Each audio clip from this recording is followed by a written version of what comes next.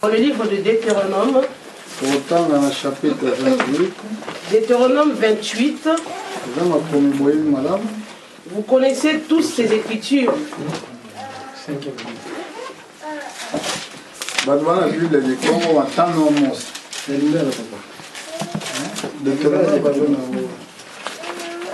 Deutéronome 28.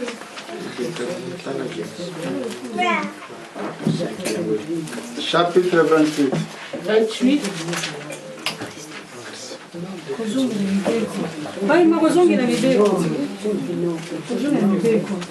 Amen. Amen. Tous allons monter en silence. Nous soyons dans le silence. Verset 1. Deutéronome chapitre 28, à partir du verset 1 jusqu'au verset 9. Nous lisons au nom de Jésus. Amen. Si tu obéis à la voix de l'Éternel ton Dieu, en observant et en mettant en pratique tous ces commandements que je te prescris aujourd'hui, l'Éternel ton Dieu te donnera la supériorité sur toutes les nations de la terre. Voici toutes les bénédictions qui se répandront sur toi et qui seront ton partage lorsque tu obéiras à la voix de l'Éternel ton Dieu. Tu seras béni dans la ville et tu seras béni dans les champs.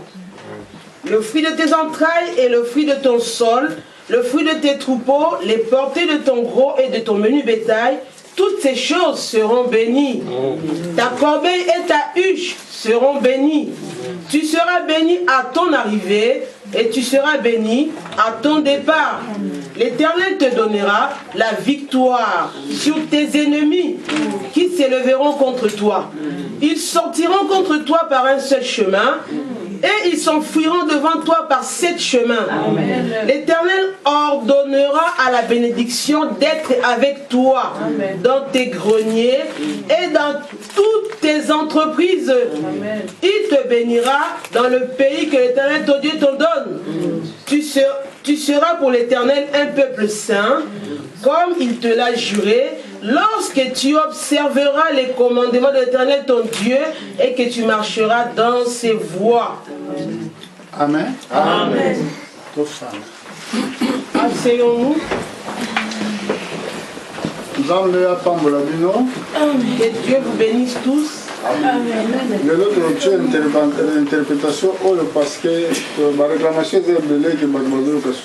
Beaucoup de frères réclament qu'ils n'écoutent plus la parole sur Internet. Parce que c'est vrai que c'est pour ça qu'on apprend ici à prêcher en français. Ce n'est pas ma langue maternelle. Je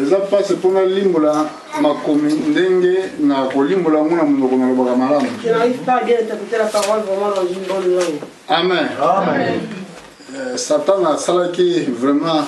Le diable nous a vraiment combattu les derniers jours passés. On a vu que Dieu lui-même a encore pris soin. Grâce à ma bonne à partir de la prière des jeunes, les bien-aimés ont beaucoup jeûné, ont prié vraiment. La sœur était souffrante, mais la voici devant en train d'interpréter.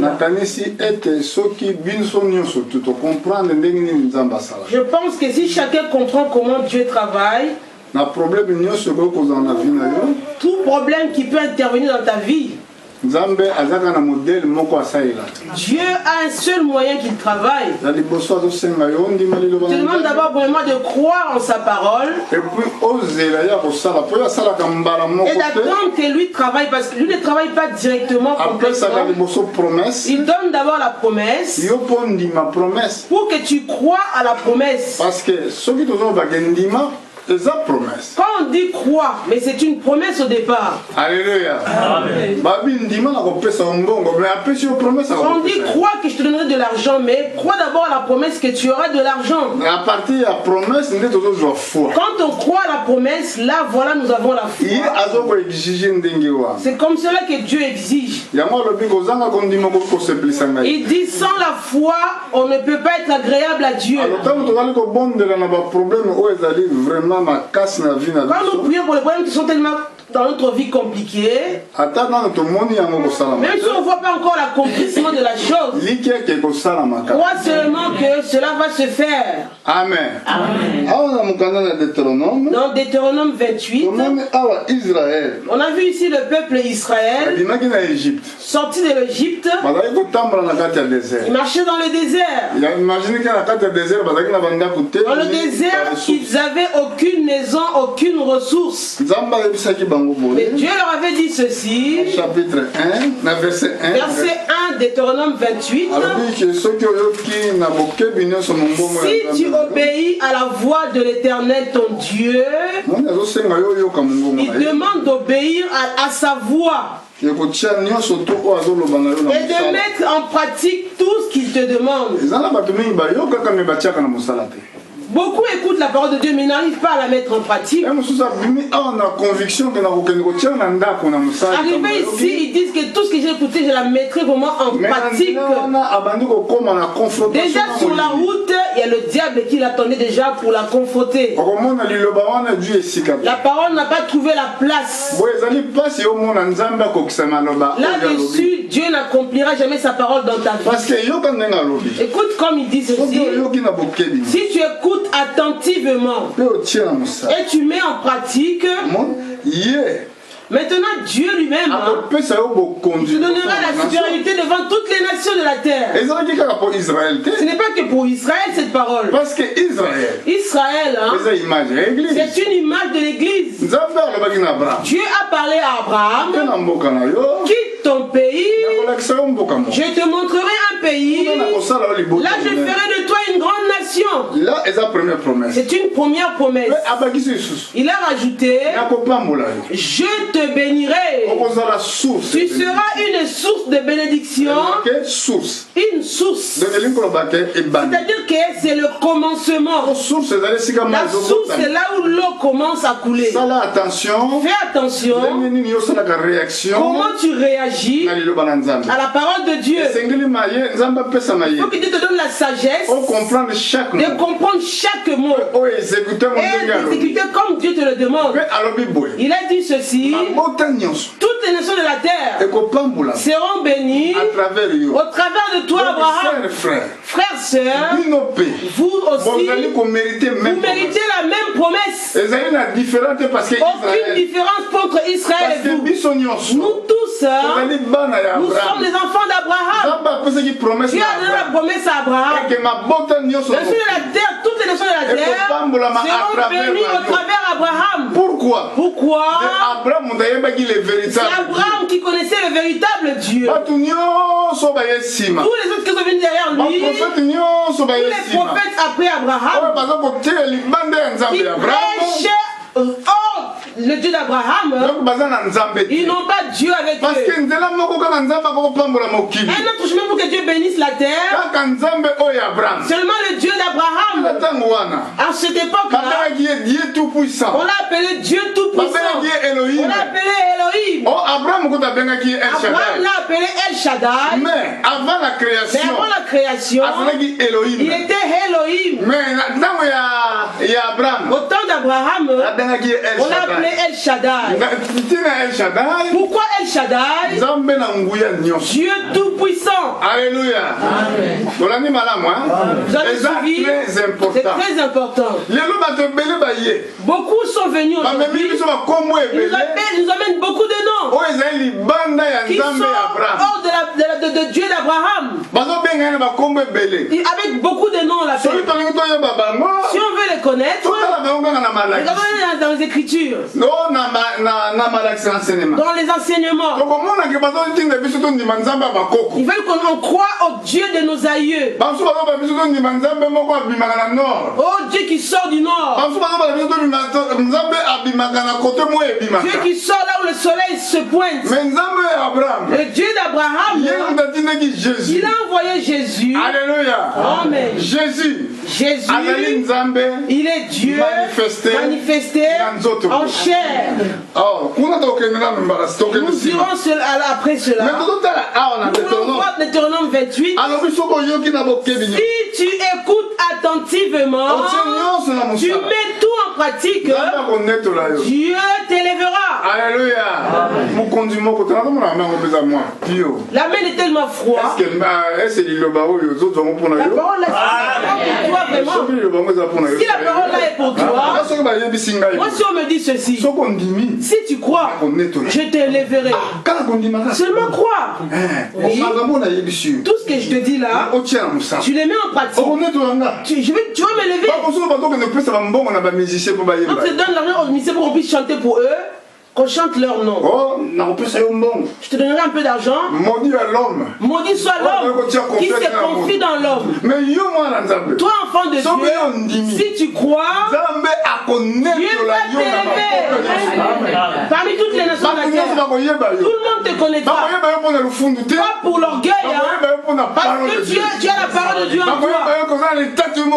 Tu as un témoignage véritable. De la terre. Première promesse. La première promesse. Deuxièmement, voici toutes les bénédictions qui se répandront sur toi. C'est important. Les bénédictions viendront. Tu chercheras les bénédictions. Elles-mêmes viendront. Elles viendront comment? Ça c'est très important. C'est important. Elle doit venir elle-même vers toi la bénédiction. Verset 3. Verset 2. Verset 2. Bénédictions se répandront sur toi. Et qui feront ton partage. Ça devient quelque chose de quotidien. La bénédiction. Je m'arrête un peu là. Pourquoi je vais parler de ça? Je parle de la salle. Parce que comme nous prions dans cet endroit, vous êtes sincère que l'endroit est petit. Si aujourd'hui beaucoup de frères et sœurs qui manquent la réunion aujourd'hui, qui ne sont pas venus, s'ils étaient là, on n'a pas la place pour les mettre. Maintenant, si nous-mêmes on ne travaille pas, comment Dieu pensera à nous? Quand je te dis que non, c'est au travail des frères aînés, aux frères Emma qui doivent faire ça. Mais que fais-tu à l'église, toi? Quel est ton travail? Quel est ton travail à l'église? Qui peut dire que devant Dieu, moi je ne ferai que filmer à l'église? Qui peut faire cela? On a vu changer. Ce n'est pas moi qui conduisais le programme. C'est les frères qui ont conduit le programme. Oui, parce que le temps est venu qu'eux aussi prennent leur travail. Pour simplement la caméra. Un frère, une soeur peut dire que moi, à partir d'aujourd'hui, je prends la responsabilité. Nous avons un site où on mettra la prédication avec son thème. Amen. Amen comme Amen. Alléluia. On tient prédication, on te confie le thème, tu mets la prédication sur le site. Touché partout. Et ça se voit que c'est moi qui fais tout le travail. Je fais tout, à gauche, à droite, c'est que moi. Je voudrais aussi me reposer, que vous puissiez prendre aussi le travail en charge. Le problème de la salle. Qui peut frapper sur internet que nous cherchons une salle. Si nous trouvons la salle, on ira négocier avec la personne. Il y a des gens qui ont accepté hier de dire qu'ils vont financer avec le frère Guilherme hier qui peut témoigner cela. Une personne qui a pris en charge. Ils disent que nous avons pris l'engagement de financer la salle. Mais ce n'est pas à moi. Chacun doit être concerné pour cela. Pour travailler pour son Dieu. Ici c'est pour travailler pour Dieu. Écoutez attentivement la parole de Dieu. Pour que tu sois transformé dans ta vie. Amen. Amen. Si tu mets la parole de Dieu en pratique, la bénédiction sera ton partage. Tu seras béni dans la ville et dans les champs. Beaucoup croient que seulement la vie se trouve seulement à Paris. Parce que vous avez incrédule, franchement. Ce sont des incrédules, c'est vrai. Parce que l'Ilobananza me sont vendus dans mon tour, ça la mathématique. Quand la parole de Dieu est en toi, tu dis, tu ne vas pas faire des mathématiques et demain je serai à gauche. Je n'ai pas dit de ne pas avoir des projets. Mais ils savent seulement ce qu'ils vont faire demain. Bon, quand je me réveillerai demain, il ne dit pas si Dieu le veut. Bon, demain j'irai à gauche. J'irai à tel endroit. Après là-bas, j'irai tourner à gauche. Après j'ai une course à gauche. Il sera en vie ou il ne sera pas en vie. L'orgueilleux. Personne ne demande, Seigneur, où est l'endroit que tu as préparé pour moi pour que je puisse rester. Tu peux être dans un champ. Si Dieu a préparé pour toi cet endroit-là, tu seras béni dans ce champ-là. Abraham, je sais l'endroit où habiter avec Lot. Il a dit à Lot, choisis, je te laisse le choix. Pourquoi? Ils étaient en même temps entre les serviteurs de Lot et les serviteurs d'Abraham. Ils étaient en train de mésentendre. De Dieu, ne pas rester dans les bruits, les querelles, les discussions inutiles. Toujours les gens pensent du mal. Non. Nous, on ne peut pas penser le mal pour les gens. On doit aimer nos frères. Amen. Jésus a dit, celui qui va être une pierre d'achoppement pour quelqu'un, pour ceux qui croient en moi, on doit attacher un fil sur le cou. Avec une grosse pierre, on le jette dans l'océan. La pierre te conduira jusqu'en bas de l'océan. Alléluia. Amen. Jésus l'a dit. Regardons ici pour ce problème. Un enfant ne peut pas commencer toujours à choquer le même dans les champs. Si tu vas habiter là-bas, donc tu habites dans les champs là, il faut que Dieu soit avec toi là-bas. Pour que Dieu soit avec toi là-bas, il faut que tu écoutes attentivement sa parole, mettre en pratique sa parole. C'est pas qu'une grande ville. Beaucoup quittent cette ville-là pour aller dans une grande ville, ils sont morts. Il y a un frère qui a quitté, il est parti dans une grande ville. Il a beaucoup souffert là-bas. À la fin, il est mort. Parce que quand il est dans les grandes villes, ma vie va changer. La paix. Ce n'est pas parce que tu es dans une grande ville. La bénédiction, parce que tu es dans une grande ville. La bénédiction viendra si seulement toi tu obéis à la parole de Dieu. La bénédiction même, c'est un ordre divin. Si on regarde, que ça viendra sur toi comme un partage. Elle viendra elle-même la bénédiction. Alléluia. Amen. Viens, tu seras béni. Tu leur caches la parole. Ils viendront, ils ne seront pas bénis. Il faut que ce que Dieu met à l'avant d'abord, c'est sa parole. Amen.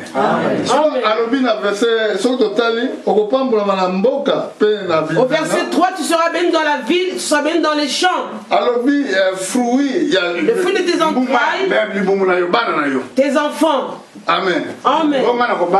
Oh, moi je ne vais pas me marier.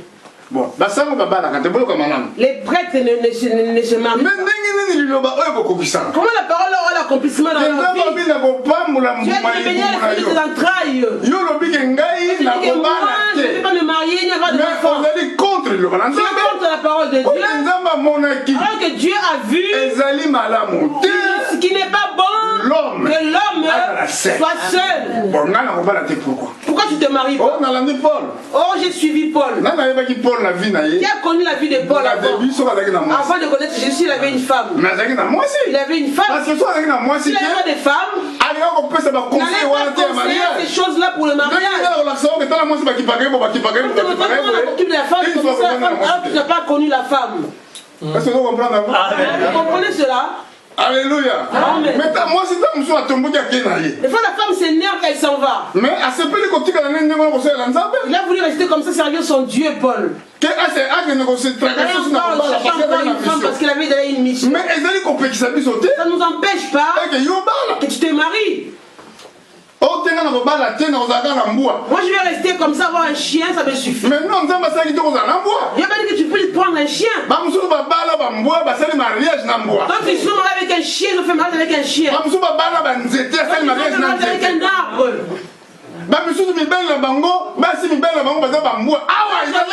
Ce sont des chiens, c'est des choses vraies que je vous dis. Et ça, même si on d'entendre ces choses. Un homme est rebelle. Il se révèle la parole de Dieu. Je bénirai les fruits de tes entrailles. Dieu bénira tes enfants. Moi, je vais seulement voir 2 enfants. Un enfant, c'est tout. Job avait perdu tous ses enfants. Hein. Et là, les enfants sont morts, la femme est partie. Il dit, insulte Dieu comme ça, il va te tuer. Moi, je m'en vais. Pourquoi tu n'es pas mort? La femme de Job. Pourquoi tu n'insultes pas Dieu comme ça, tu vas mourir?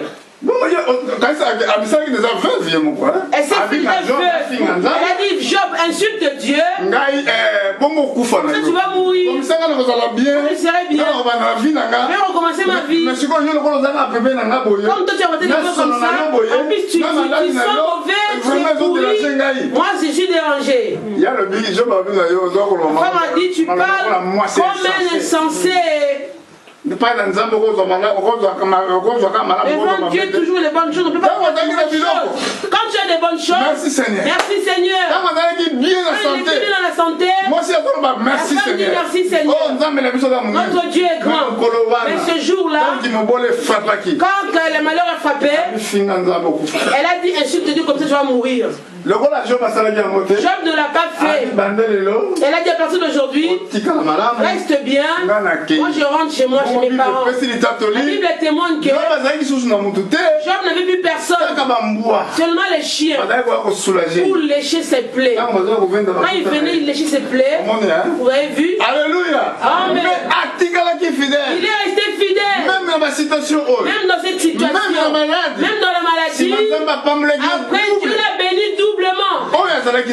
Tout ce qu'il avait, Dieu ne ment pas. Amen. Dieu mettra en cours de route des ennemis. Ils viendront nombreux. Tu ne réponds même pas. Les gens parlent de moi. Ils viendront les ennemis. Oh, pour te rencontrer. Toi tu restes fidèle. Ils partiront par 7 chemins. Quand ils viendront par un seul chemin. Ils auront une même idée tous. Quand il faut parler mal de toi, parler mal de toi, tous iront à la même parole. L'autre parle. Toi tu feras quoi? Reste fidèle. Comme Moïse était. Quand Moïse a rencontré Pharaon, il a mis son bâton par terre. Quand il a mis le bâton par terre, devenu un serpent. Pharaon a rigolé. Je vais te montrer. Je peux faire ce que tu fais là. Oh, Jeannette Jambresse. Venez ici. Ils ont pris leur bâton. Ils ont mis par terre. Transformé serpent. Alléluia. Amen. Il y avait 3 serpents. Tu crois Moïse? Ce que tu as fait là, on va le faire nous. On va prouver le contraire. On va sortir 2 serpents. 2 serpents. Moïse. Maintenant, mais Moïse observe la scène. Qu'est-ce que tu vas faire? Tu m'as dit c'est de jeter la bâton. Ce sera un signe que toi tu es avec moi. Ils ont fait la même chose. Maintenant, qu'est-ce qu'on va faire? Restez silence. Ça ne marche pas bien. Quand le film a commencé, le sapin de Moïse commence à avaler. Il a avalé le premier. Avalé. Il a pris le deuxième. Avalé. Et fini. Il a repris le bâton. Il tient le bâton. Alléluia. Votre Dieu. Il n'échoue pas. Il n'y a pas d'échec. Est-ce que vous comprenez, madame? Le problème c'est nous-mêmes. On n'est pas pas attentif. Tant que vous avez la Tu as parlé de Dieu. Peut-être tu as d'autres projets. Que tu as entendu dire que Seigneur, c'est dur. Je n'arrive pas. Aide-moi. Je mets cela en pratique. Amen. Amen. Que Dieu vienne t'aider. L'enfant qui avait la maladie d'épilepsie. Cette maladie-là, une maladie trop dure, fait tomber la femme dans le feu, dans l'eau, depuis des années. Pendant ces années-là, il a consulté les médecins. Beaucoup de gens. On lui a dit ceci au papa. Tu sais que Jésus guérit les maladies. Ah bon? Bon, je dois le voir. Quand il est parti voir Jésus, il savait que cet enfant-là n'est jamais guéri, mon enfant. Même quand on prie pour lui, aucune bonne réponse. Il est parti voir les disciples. On est d'abord sondé d'abord la vie du papa. Ils n'ont pas sondé. Ils commencent à prier. L'enfant est malade. Oui. On va le guérir. Tu verras ce qu'on va faire. Ils ont répondu les mains. Au nom de Jésus. Au nom de Jésus. La maladie encore plus fort. Les démons encore plus fort. Quand tu pries beaucoup, la chose ne vient pas. Tu seras fatigué. Tu dis à Dieu ne m'écoute pas. Tu n'as pas réparé une chose. Amen. Regardez bien. Dieu doit exaucer toutes les prières. Ce n'est pas un homme. Mais toi quand tu pries, regarde bien. Qu'est-ce qui empêche que tu sois exaucé? Si tu as commis une chose qui n'a pas plu à Dieu depuis des années, mais viens confesser la chose. Arrange cela. Alléluia. Amen. Comme tu caches cela, Dieu ne t'écoute pas. Dieu observe la chose que tu as fait là, que tu n'as pas dénoncé. Ce papa-là, c'était quoi son problème? L'incrédulité. Tellement il a marché, il est parti partout pour chercher la guérison. Il dit, je savais qu'il ne va pas. Les disciples ont dit, oh, on les a tous guéris. Mais pourquoi cet enfant il résiste comme ça? Ne pas pu dire au Seigneur. Ils observent entre eux comment l'enfant était toujours en crise d'épilepsie. Le papa a dit, ce sont des disciples. Va voir le maître est là-bas. Il est parti voir le maître. Alléluia. Amen. Il a dit, oh maître, si tu peux avoir pitié de moi, regarde mon fils. Souvent il tombe dans le feu, dans l'eau. Aie pitié de moi. Je ne sais pas si tu peux nous aider. Quand le Seigneur a regardé, il a vu où était l'obstacle. Il a dit au papa, si tu peux croire. Amen. Amen. Mais papa, le papa là, il a reconnu justement qu'il était incrédule. Il a dit, oh Seigneur, viens, je crois, mais viens au secours de mon incrédulité. Quand tu vois que la chose que tu demandes ne marche pas, regarde bien ta vie. Quand tu grandissais, quand tu étais là, tu avais commis quelque chose que tu avais caché, que tu caches jusqu'à maintenant. Regarde un peu. Tu peux demander pardon. Les choses que tu connais, que tu ne connais pas aussi, que tu as commis une chose, que Dieu te pardonne. Insiste que Dieu te pardonne. S'il te pardonne, il doit te faire comprendre qu'il t'a pardonné pour la chose. Ça, c'est la première des choses. Deuxièmement, regarde le cœur incrédule. Des fois tu ne crois pas. Tu es incrédule. Oh, juste la parole de Dieu. Prie Dieu, Seigneur, aide mon incrédulité. Quand tu fais toutes ces démarches, c'est fini. Seigneur, il viendra accomplir sa parole en toi. Les enfants d'Israël, au temps du prophète Prophète Élie. Prophète Élie. Prophète Abal. Et les prophètes de Baal. Prophète Abal. Les prophètes de Baal, ils priaient avant. Ils ont prié. Ils ont prié. Ils ont crié. Ils ont crié. Dieu n'a pas entendu. Pourquoi Dieu n'a pas exaucé? Parce que ils priaient le Dieu du ciel. Mais leur Dieu, il s'appelait Baal. Ils étaient ignorants. Ils savaient que le vrai Dieu n'est pas Baal. Et eux, ils priaient au ciel. Amen. La différence entre eux et Élie. Élie avait le nom. Élie avait la parole. Mais eux n'avaient pas la parole. Quand ils ont prié, Élie leur a dit, peut-être que votre Dieu dort. Continuez. Continuez encore. Forcez encore. Il s'est tapé. Il s'est déchiré la peau. Il le faisait sincèrement. Tellement ils aimaient leur Dieu. En train de se couper le corps. Comme d'autres rentrent dans les avions. Parce qu'ils aiment tellement ce Dieu-là. On rentre dans les avions, dans les tours. Même dans les bus, on va tuer. Les gens, ils sont trop incrédules, ils n'aiment pas prier. Alléluia. Amen. Ce n'est pas ça. Ce n'est pas ça. C'est la parole de Dieu. C'est la parole de Dieu. Élie avait la parole. La parole qu'avait Élie. Ils ont prié, n'ont pas pu arriver les prophètes de Baal. Ils ont dit bon. Depuis le matin, Élie a dit, je vous ai laissé prier. Jusqu'au soir, votre Dieu n'a pas exaucé. Le défi était quoi? Ils ont mis la chair devant. Oui. Oui, la chair devant. Ils doivent mettre le feu. Le feu doit venir du ciel. Ils ont mis le bois, mais Dieu, c'est Dieu qui doit allumer le feu du haut des cieux. Amen. Il y a un prophète dans notre temps. Lui, il est parti en Inde.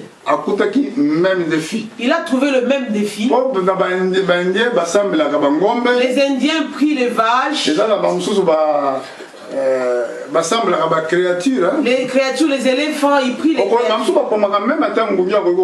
Ils ne peuvent même pas tuer un moustique. Il y en a qui marchent nus. Amen. Le défi était là avec l'homme de Dieu. Ils ont mis un homme qui regardait souvent le soleil. Ses yeux, il était devenu aveugle. L'homme de Dieu a dit ceci. Je vais mettre l'aveugle devant vous. Est-ce que si l'aveugle recouvre la vue, vous allez croire mon Dieu.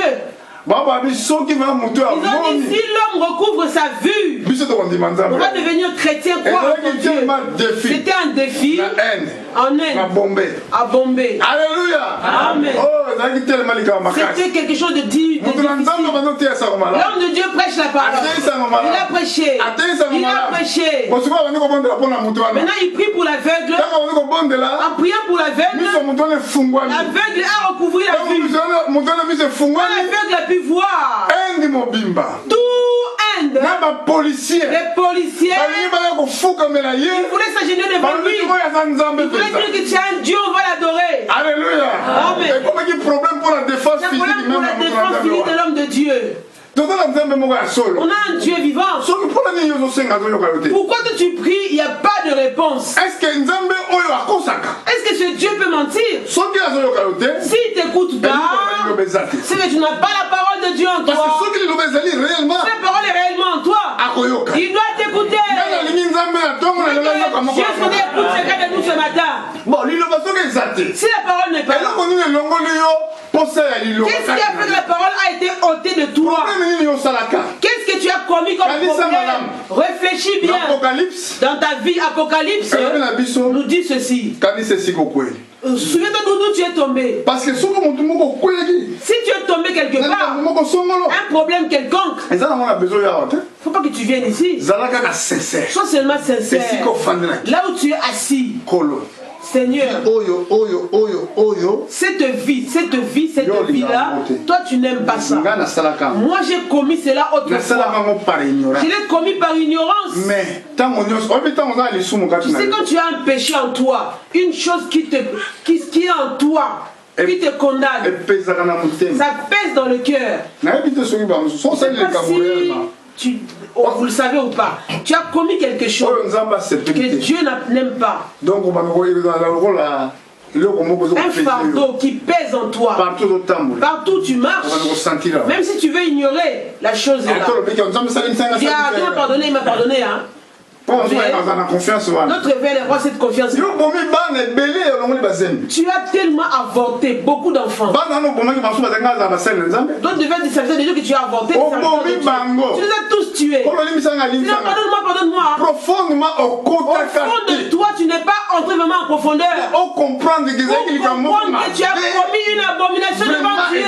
Impossible dans ça. Tu ne peux pas faire cet acte-là. Je ne sais pas pourquoi j'ai commis un tel acte. Parce que la repentance, ça veut dire les amis. C'est quoi la repentance? Regret profond. C'est un regret profond de ce que tu as commis. Je ne sais pas pourquoi. Seigneur, pourquoi j'ai commis cela? Vraiment limbissant. Pourquoi, Seigneur? Je suis tellement désolé. Pardonne. Tellement tu cherches en pleurant. Tu sentiras la paix du haut du ciel qui entrera. Je t'ai pardonné. Et il te dira, je t'ai pardonné. Parce que dans la Bible, c'est la base de beaucoup de femmes disent dans la Bible, les femmes prostituées.